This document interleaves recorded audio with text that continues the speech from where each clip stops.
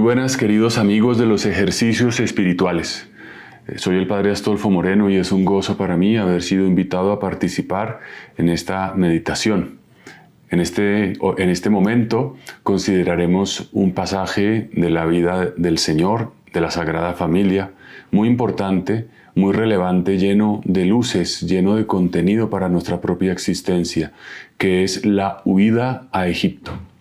Cómo José tomó a aquellos a quienes custodiaba, a Jesús y a María, para llevarlos a Egipto, para protegerlos de la persecución de Herodes, que se cernía sobre su hijo y que fue la causa de la matanza de los inocentes en la región de Belén y sus alrededores. El Evangelio de Mateo, en el capítulo 2, en el verso 13, nos cuenta lo que sucedió con los magos de Oriente que visitaron a María, a Jesús y a José. Dice lo siguiente: después que ellos se retiraron, se refiere naturalmente a los magos, el ángel del Señor se apareció en sueños a José y le dijo: levántate, toma contigo al niño y a su madre y huye a Egipto. Y estate allí hasta que yo te diga, porque Herodes va a buscar al niño para matarle. Él se levantó, tomó de noche al niño y a su madre y se retiró a Egipto. Y esta escena, narrada literalmente en 2 versículos, nos ofrece una serie de elementos que conviene considerar y contemplar para nuestra propia vida. El ángel del Señor se apareció en sueños a José. Todos conocemos la devoción maravillosa del Papa Francisco por San José, la veneración que tiene por la estatua de José dormido, que nos remite a la oración, a la plegaria, que nos remite a ese otro José del Antiguo Testamento, al hijo de Jacob, aquel que también era tomado por loco por sus propios hermanos, porque tenía una relación especial con Dios, porque Dios tenía una predilección sobre él. Esta afirmación de que el ángel del Señor se le apareció en sueños está hablando en un sentido amplio de cómo Dios hablaba a José a través de la contemplación, a través de la meditación. Y esto es supremamente importante también para nosotros hoy. En situaciones de coyuntura que tú puedes estar viviendo de alguna manera, situaciones en las que te urge tomar decisiones, en cuanto tienes una noticia que cambia todo el panorama, una noticia inesperada, una realidad que se te presenta por un lado como una ayuda, pero a la vez como una fuente de preocupación. Es decir, debes irte porque quieren matar al niño. Te están diciendo algo que lo protege, que lo va a salvar, pero a la vez te descoloca completamente. No sabes ya si regresar a tu tierra, no sabes qué hacer con los bienes, pocos o muchos que posees. Y esto también nos puede pasar a nosotros, ¿no? Tienes un cáncer. Te están diciendo algo que te cambia la vida, que es bueno que lo sepas, porque puedes tomar una medida a tiempo, pero a la vez te cambia los horizontes, las programaciones, las expectativas. Siempre es posible que aparezcan noticias que no nos imaginamos en nuestra vida. Y frente a esa noticia, frente a esa novedad, San José se convierte en un maestro. El ángel del Señor se apareció en sueños. Estos sueños también nos hablan entonces de lo que significa anticiparse, ir un paso adelante, no esperar a que las realidades nos tomen, digamos, demasiado tarde, sino poderlas acoger antes. En estos días me pasó algo un poco frustrante para mí, pero que lo relaciono con esto que estamos viendo. Resulta que me han cambiado de parroquia y para afrontar la realidad de la parroquia, pues debo tener relación con los bancos. Hay una cuenta bancaria, naturalmente, como en cualquier parroquia. Yo soy el representante legal, el responsable ante la ley de esa persona jurídica que es la parroquia. Pero pues a tiempo no hice una gestión de sustituir la firma del anterior párroco por la mía y tuve necesidad de hacer un trámite, pero como la firma que figuraba realmente como, digamos, titular no era la mía, pues no lo pude hacer a tiempo y luego tenía un viaje, se me prolongaron los plazos y se me complicó. No me anticipé, no lo hice cuando debía, lo dejé un poco para después y esta dilación me ha generado complicaciones. Es verdad que también tenía mucho que hacer, pero entiendo, ¿no? Esta gracia de Dios que te dice, hazlo ahora, no lo dejes para después. En el caso de la persecución que sufrió José, pues era un asunto de vida o muerte, pero es posible que nosotros también en nuestra vida dejemos para después. La palabra que se usa hoy para expresar esta acción es la procrastinación, ¿no? Pro es aplazar, cras en latín significa mañana. Procrastinar es dejar para mañana. Y San José nos enseña a actuar cuando Dios nos pide las cosas. Eso lo veremos luego porque dice que él se levantó, tomó de noche al niño y a su madre y fue a Egipto. Él no esperó al día siguiente. Él no esperó a ver cómo se ponían las cosas, a ver si quizás era verdad lo que se había soñado, que no fuese un espejismo, que no fuese una alucinación, sino que creyó firmemente en lo que el Señor le transmitía en la oración y actuó. San José es para nosotros maestro de la diligencia, del actuar cuando corresponde. De diligencia viene del verbo latino diligere, y diligere significa amar. El que ama hace las cosas aquí y ahora, y no las aplaza, no las deja para después.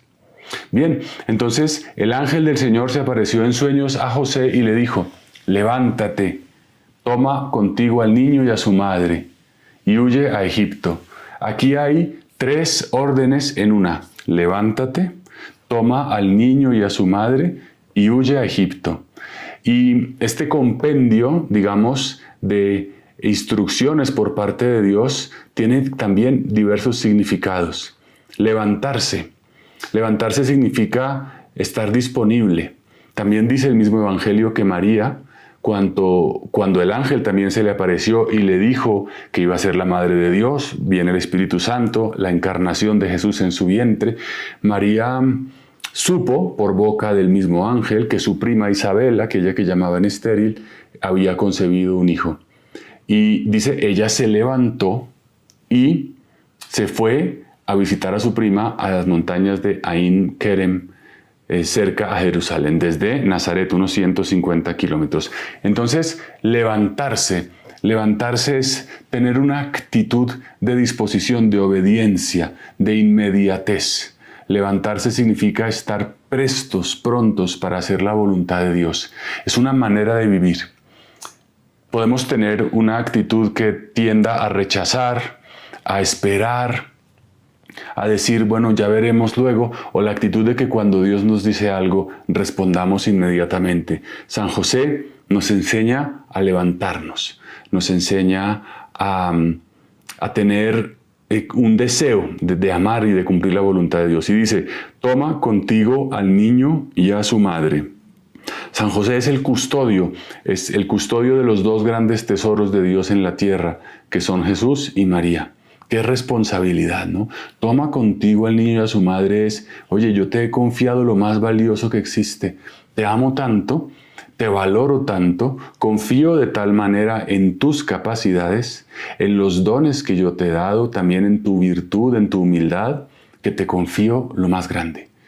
Es un Dios, el nuestro, por tanto, que nos quiere hacer partícipes de su obra. Es un Dios que delega. Él hubiera podido enviar un carro de fuego y tomar a María y a Jesús y llevarlos a Egipto o ponerles una especie de protección, de blindaje extraordinario, sobrenatural. Pero no lo quiso hacer así. Quiso poner a alguien para que hiciera la tarea. Y esa es una pedagogía de Dios también para nuestra vida. Dios es un Dios que confía. Creó a Adán y Eva, los puso en el jardín del Edén y en el jardín del Edén les dijo, crezcan, multiplíquense y trabajen. Les confió la creación entera. Y a José les confió las personas más valiosas para el mismo Señor. Y esto nos enseña, ¿no? Porque a veces podemos tener una mentalidad de control, de dominio, de desconfianza. No, nadie lo hará como lo hago yo. me necesitan a mí, soy indispensable. Y con esta actitud podemos a veces bloquear el desarrollo de muchas cosas, podemos impedir que ciertas personas crezcan, podemos también impedir la colaboración, romper la comunión. Confiar significa exponerse a que aquella persona en la que confías se equivoque, falle, no lo haga. Para Dios era más fácil no confiar. Pero resulta que cuando tú confías, entonces significa que amas. El recibir una responsabilidad significa que Dios me ama, que me valora. Y esto eleva mi dignidad y me permite tener una experiencia de vida muy distinta. Qué bonito que nosotros aprendamos a confiar, a delegar, aún a riesgo de que las cosas no salgan como las tenemos pensadas. Porque si lo pensamos un poco, al final de cuentas de lo que se trata no es de que las cosas salgan como yo las quería, perfectamente pulidas, en un protocolo desplegado hasta sus más mínimos detalles, sino que la persona madure, la persona sea mejor. Lo que importa no es simplemente las acciones, lo que importa es que las personas que las ejecutan sean mejores. Y esto, pues, ¿cuánto nos puede ayudar a tener perspectiva en tu familia, en tu trabajo? ¿Estás simplemente pensando en que todas las tareas sean perfectas o estás pensando que te relacionas con seres humanos, hijos de Dios dignos, que necesitan crecer, aprender, que su dignidad crece cuando reciben responsabilidades y también su aprendizaje se concreta cuando se cometen errores? Todos nosotros, yo el primero, hemos aprendido en la vida con la prueba y el error. A punta de caernos, a punta de moretones, de raspones, de golpes. Pero si no hubiéramos tenido la experiencia, si alguien no nos hubiera dejado intentarlo, no tendríamos lo que hoy tenemos. Por tanto, es maravilloso ver a un Dios que confía en San José, que tiene tal amor que le da una dignidad. Y luego dice, levántate, toma al niño y a su madre y huye a Egipto. Es muy interesante que Dios le da una orientación, le dice el lugar hacia el cual debe dirigirse. No le da todos los detalles, no le dice vete a la casa de fulano en la dirección tal, sino que le da una orientación, una pista que es suficiente. Y a José le dan una pista bastante clara. Esto me recuerda a Abraham, nuestro padre en la fe, cuya historia está en el mismo libro del Génesis, ¿no? Un día Dios lo llamó, viéndolo en su precariedad, y le dijo, sal de tu tierra.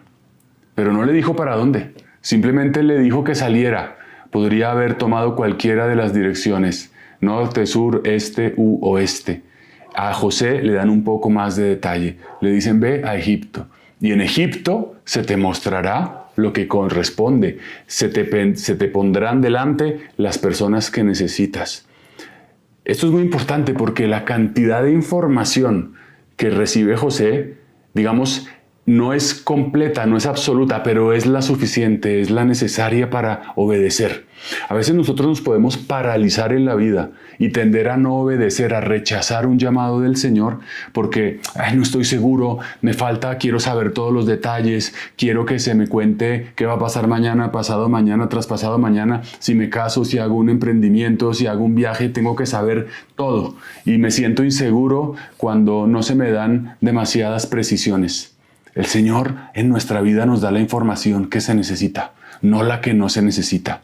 No se trata de satisfacer la curiosidad o de satisfacer la inseguridad de un alma que busca aferrarse a datos humanos. Se te da la información necesaria. Esto también es muy importante. En la oración, Dios nos dice lo que tenemos que saber para que no perdamos nuestra mirada en Él, para que no dejemos de confiar en aquel que nos da todo lo que realmente necesitamos. Y esto es supremamente valioso, ¿no? Porque quizás estás a punto de tomar decisiones, de dar pasos en tu vida y sientes que no lo sabes todo. No te preocupes, no eres el único que no lo sabe todo. Eres uno de los muchos que no lo saben todo. Pero el peligro es aquello que se dice, ¿no? Por el análisis a la parálisis. El que analiza a veces demasiado las cosas se queda bloqueado, ¿no? Como el que está para lanzarse a una piscina desde un trampolín y se asoma a mirar la altura que debe sortear con su salto y de tanto mirarla, se llena de miedo, se llena de pánico y termina regresándose. En muchas ocasiones hay simplemente que dar el salto. Es suficiente, Dios me lo pide, no va contra el sentido común, no estoy haciéndole daño a nadie. Es bueno, pues adelante. ¿Lo sé todo? No, no lo sé todo, no pasa nada, ¿no? Y luego, entonces, le dice el Señor, y estate allí hasta que yo te diga. Si nos damos cuenta, no fue poco el tiempo, no se nos precisa con claridad cuánto tiempo fue. Seguramente fueron algunos años, es decir, una temporada en la que José y María tuvieron que vivir como migrantes. No sé si has tenido esa experiencia de vivir en una tierra que no es la tuya, de compartir una cultura que no es la tuya, quizás una lengua, de sentir que allí no tienes raíces, que no tienes familiares, que tienes más dificultades para conseguir trabajo. Porque el que huye o el que migra generalmente es porque tiene una necesidad. José no migró porque quería ir a conocer Egipto, porque quería visitar el río Nilo o visitar las pirámides o las diversas riquezas de cultura y de agricultura de la tierra egipcia. Lo hizo porque estaba en riesgo la vida de su hijo y también la de su esposa. Muchos de los que viajan pues lo hacen por eso, porque necesitan un horizonte mejor, un trabajo, una dignidad. Y por eso el Papa Francisco nos insiste tanto en la necesidad de acoger a los migrantes, de acoger a las personas que necesitan un refugio, que necesitan estar cerca de una tierra que les ofrezca una seguridad. José conoció lo que es ser migrante, conoció lo que significa empezar de cero, dejarlo todo y volver a empezar. Y aquí también nos ayuda el ejemplo de San José. La vida muchas veces es necesario dejarlo todo y volver a empezar. A veces podemos estar aferrados a cosas que no nos ayudan a crecer, sino que nos complican la vida. Nos aferramos a un trabajo, nos esclavizamos de una persona, nos limitamos por un ambiente. Cuando alguien tiene realmente el corazón puesto en el Señor, puesto en Dios, entonces esas cosas pasan a un segundo plano y es más fácil abandonar y volver a empezar. Para muchos, creo, en los últimos años ha sido necesario volver a empezar, por ejemplo, desde la pandemia, cuando tuvimos que estar encerrados, muchos negocios, muchas personas, muchas familias tuvieron que volver a empezar y ya no digamos si perdieron seres queridos, tuvieron que experimentar algún tipo de dolor en particular. Esta enseñanza de San José también creo que nos anima y nos llena de ilusión, de esperanza. Nos muestra que realmente todas las cosas de este mundo se van, todo lo que podemos construir se va y que puede que un día tengamos que hacer un cambio radical de vida y no pasa nada, porque el Señor va por delante. Bien, y entonces dice, estate allí hasta que yo te diga, ¿no? Son las palabras que Dios dice por medio del ángel. No le da un plazo tampoco definido. Así como en la anterior instrucción no le dio un lugar geográfico genérico, vete a Egipto, en este caso no le da una temporalidad precisa, no te dice va a ser 1 año, van a ser 2, van a ser 10, hasta que yo te diga. ¿Has tenido alguna vez la experiencia de estar esperando a que se te permita hacer una tarea? Hace poco estuve mucho tiempo, como en 3 ocasiones, haciendo una fila, ¿no? Y haces una fila, tomas un turno, ves allí que van avanzando los turnos, pero no sabes cuándo te va a tocar. Y si tienes que hacer otras gestiones, estás un poco esperando a que las cosas fluyan y a que puedas tú mismo hacer lo que te corresponde. Esta experiencia de esperar y de no saber cuándo, de solamente estar en las manos de Dios, de tener que, aprender a esperar. Eso también es muy importante, porque estamos viviendo el año de la esperanza, el jubileo 2025 que el Papa Francisco nos ha regalado. Un jubileo que nos enseña justamente a esperar. La virtud de la esperanza es un medio entre 2 actitudes que son la desesperación o la presunción. Son 2 vicios de la esperanza. El que desespera, el que siente que ya no es capaz de esperar, el que no tiene más tiempo o más fuerzas y más bien abandona, pues va contra la virtud de la esperanza. Pero también la presunción, el que presume es el que siente que no tiene necesidad de esperar porque ya lo tiene todo ganado. que ya llegó a la meta y que da por descontado que merece o que recibirá todos los frutos o los premios, ¿no? Como la parábola aquella de la liebre y la tortuga, ¿no? La liebre, mucho más rápida que la tortuga, estaba muy prendada de sí misma, sabía que podía en cualquier momento rebasarla, pero esa autosuficiencia la engañó y cuando menos se lo imaginó, la tortuga cruzó la meta antes que ella y fue la peor derrota. Esa es la presunción, el que no sabe esperar no porque sienta que todo se le acaba, sino porque sienta que todo le sobra, que siente que no tiene ningún tipo de problemas y que es mejor que otros. Entonces, estar allí hasta que yo te diga, esa instrucción de Dios a San José, es toda una escuela de esperanza, de no, si pasan las horas, si pasan los días, si pasan los meses y Dios no da una señal, San José no desespera. San José sabe que esa palabra que le fue un día dicha es una palabra de verdad, que se cumplirá en su momento, que no fue un espejismo, que no fue un autoengaño, sino que corresponde realmente a la verdad de Dios, la promesa que se le dijo. ¿Cuánto es necesario que aprendamos a esperar? Vivimos en un mundo que nos propone lo inmediato. Haces clic y tienes en internet información. Haces una búsqueda y a veces quizás el cuello de botella, la demora de si tienes una conexión a internet de banda ancha o no, de mayor velocidad. Pero pareciera que todo está a la mano, que todo tiene que ser ya, que es inmediato.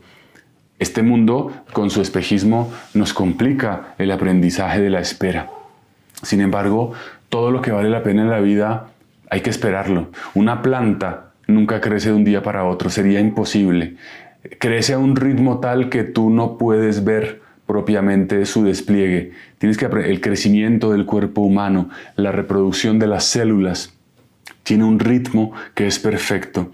Y por tanto, qué importante es que San José en este tiempo nos enseñe a esperar. Nos enseña a esperar en las demás personas, a esperar en Dios, a esperar lo que realmente nos conviene. Porque presionar antes de tiempo las cosas pues nos hace daño. Y luego dice, levántate, toma al niño, huye a Egipto y estate allí hasta que yo te diga, porque Herodes va a buscar al niño para matarle. Entonces Dios se anticipa, ¿no? No ha dicho Herodes está buscando al niño, le dice lo va a buscar. Son estas gracias extraordinarias que te salvan, que te previenen, que te liberan. ¿Cuántas veces quizás sin saberlo siquiera nosotros Dios nos ha salvado? O quizás tienes algún recuerdo de, no sé, alguna vez casi tuviste un accidente automovilístico, alguna vez casi te enfermas, alguna vez casi corre peligro tu vida por un robo, por cualquier tipo de circunstancia extraordinaria. Dios se anticipa de cuántas cosas nos ha protegido de Dios, de cuántas cosas nos ha salvado. Es posible que no ocurra como en este caso, que Dios le explica a José las situaciones. Muchas veces puede ser que perdamos el trabajo, que tengamos que hacer un cambio, que vengan circunstancias que no entendemos y que nos pueden parecer adversas, negativas, pero puede ser la voz de Dios que nos esté diciendo, oye, yo me anticipo porque te quiero proteger, te quiero salvar. Recuerdo la anécdota de una persona muy espiritual que tenía experiencias de hablar con Dios directamente y le preguntó sobre una persona, un joven que había muerto a muy temprana edad. Había muerto en circunstancias violentas y parecía una muerte absurda. ¿Por qué un joven muere así? Y esta persona recibió de Dios la voz que le decía, porque lo he preservado de que cometa peores males, porque como llevaba su vida iba a peor. Y esto que parece un absurdo, resulta que en realidad era una salvación. Herodes va a buscar al niño, Dios se anticipa, Dios nos avisa. Dios es un Dios que no hace nada sin contarlo. La misma Escritura lo dice. Dios es un Dios que no hace nada sin hablarlo antes a sus profetas, sin contarlo a su pueblo. Es un Dios que informa, es un Dios que comunica, es un Dios que también explica lo que hace en la medida, digamos, que es necesario, ¿no? No le dijo simplemente a José, vete a Egipto porque yo lo digo. porque a mí me da la gana. No, porque Herodes va a buscar al niño. Qué importante también es para nosotros el comunicarnos bien, el expresar lo que hay en el corazón, el señalar a las personas que tenemos a nuestro alrededor el motivo por el cual actuamos. ¿Cuántos problemas, por ejemplo, en las parejas, en las familias, entre padres e hijos, se suscitan porque se dan órdenes o se tienen expectativas de la actuación del otro, pero no se comunica, no se dice con claridad el motivo, ¿no? Un padre le puede decir a su hijo, no salgas esta noche, ¿no? Y el hijo puede entenderlo como una arbitraria limitación de su libertad, ¿no? Y si el padre no le dice nada, pues puede generarse una tensión, pero si se comunica, no, yo te lo estoy diciendo porque entiendo claramente que este lugar es peligroso, ha pasado algo, te quiero dar algo mejor. Cuando comunicamos los motivos de nuestras peticiones, de nuestras acciones, hacemos la vida más fácil. En muchas circunstancias, en muchas ocasiones es difícil decir los motivos, porque a veces los motivos nos llevan a una zona de vulnerabilidad que nos cuesta, digamos, afrontar, que nos cuesta asumir. No, realmente no quiero que salgas esta noche porque ya no es por tu propia protección, porque te pueden robar, sino porque me siento solo, porque estoy triste y quiero que estés conmigo. A veces explicar esas motivaciones es más difícil y es más fácil velarlas, cubrirlas con unas motivaciones falsas, inventadas, rebuscadas o de autoritarismo. La comunicación supone ponerse en el plano del otro y hablar desde la pobreza, desde la fragilidad, desde la verdadera humildad. Y finalmente dice el Evangelio, él se levantó, tomó de noche al niño y a su madre y se retiró a Egipto. Entonces, ¿qué nos está diciendo? Que la respuesta de José ante lo que Dios le pide es inmediata. Le dijo Dios, levántate, y la respuesta es, él se levantó. Esta manera de actuar de José, ¿cuánto nos puede ayudar en nuestra vida? Lo decíamos al inicio. Luego dice, tomó de noche al niño. Ese tomar de noche al niño significa la pronta respuesta de José. En el momento de la prueba, que es signo de la oscuridad, en el momento del dolor, José está listo para vivir la noche del dolor, la noche de la persecución. José es aquel que no está limitado por su comodidad o por su bienestar, sino que es capaz de levantarse de noche. Levantarse de noche a obedecer a Dios, levantarse de noche a orar. Qué importante es este madrugar. De Jesús también se decía lo mismo. Se cuenta que un día, un sábado, saliendo de la sinagoga, fue a visitar a Pedro. Y allí estaba la suegra de Pedro enferma. Jesús la curó. Y después, al anochecer, cuando ya había pasado la observancia del descanso sabático, cuando ya podían moverse, sabemos que por el mandamiento de Dios, los judíos el sábado no pueden hacer muchas actividades por el descanso obligatorio. Entonces, ya en la noche le trajeron a los enfermos, a los cojos, a los lisiados, y hasta muy altas horas los atendió, los bendijo, los sanó. Y al día siguiente dice, cuando todavía estaba muy oscuro, Jesús se fue a un paraje oculto, aislado, a orar. Esto como es de importante, ¿no? Lo mismo que está haciendo José. José se levantó de noche. Jesús se levanta de noche a orar. ¿Dónde aprendió Jesús a orar, a levantarse temprano, a madrugar, digamos? Seguramente de José. Jesús tuvo un padre que con su ejemplo le enseñó la diligencia, a ser laborioso, a trabajar, pero sobre todo a tener una vida de piedad, de intimidad con Dios. Y esto, en este tiempo de Cuaresma, ¿cuánto nos puede ayudar? Realmente pensar que estamos llamados a madrugar, a levantarnos temprano, a hacer un poquito más de tiempo para Dios. A veces sacamos tiempo para muchas cosas, para ver videos, para estar atentos a las redes sociales. Qué valioso, qué grande, qué importante es madrugar, levantarnos pronto, de noche también, para estar con el Señor. Y dice, tomó de noche al niño y a su madre y se retiró a Egipto. Simplemente cumplió lo que se le había indicado. No hizo tampoco más, hizo lo que se le pedía. Y luego en el versículo 15 de este capítulo 2 de Mateo se precisa esto, ¿no? Una cosa más. Estuvo allí, en Egipto, José, hasta la muerte de Herodes, para que se cumpliera el oráculo del Señor por medio del profeta. De Egipto llamé a mi hijo. Esto culmina, digamos, toda la escena de la huida a Egipto, esta afirmación profética, digamos, para que se cumpliera el oráculo del Señor. Muchas veces se nos dice que acciones que hizo Jesús se hicieron para que se cumpliera lo dicho por el profeta. En la cruz, Jesús, para que se cumpliera lo dicho por la Escritura, dijo, tengo sed. Porque al final, esta dinámica de profecía-cumplimiento es fundamental. Dios es un Dios que obra, que actúa, que ejerce su poder por medio de la palabra. Lo que Él dice, se cumple. Dios creó el universo por su palabra y dijo Dios, hágase la luz y se hizo la luz. Es decir, hay una correspondencia perfecta en Dios entre lo que Él dice y la acción que se lleva a cabo, la obra que se realiza. Y por eso es también importante que lo que Dios dice en su palabra se cumpla. Es decir, cuando tú y yo, por ejemplo, leemos la Escritura, leemos la Sagrada Biblia, todo aquello que se lee se cumple. Eso es un misterio. O sea, este pasaje que yo estoy leyendo, que he acabado de precisar, Mateo 2, versículos 13 al 15, se cumple en tu vida. Se cumple en la mía, se cumple en la de todos los que lo leen, de una manera distinta, de una manera única, de una manera perfecta y absoluta. Pero Dios ha también querido mandarnos su palabra para que se cumpla. ¿Qué significa que se cumpla?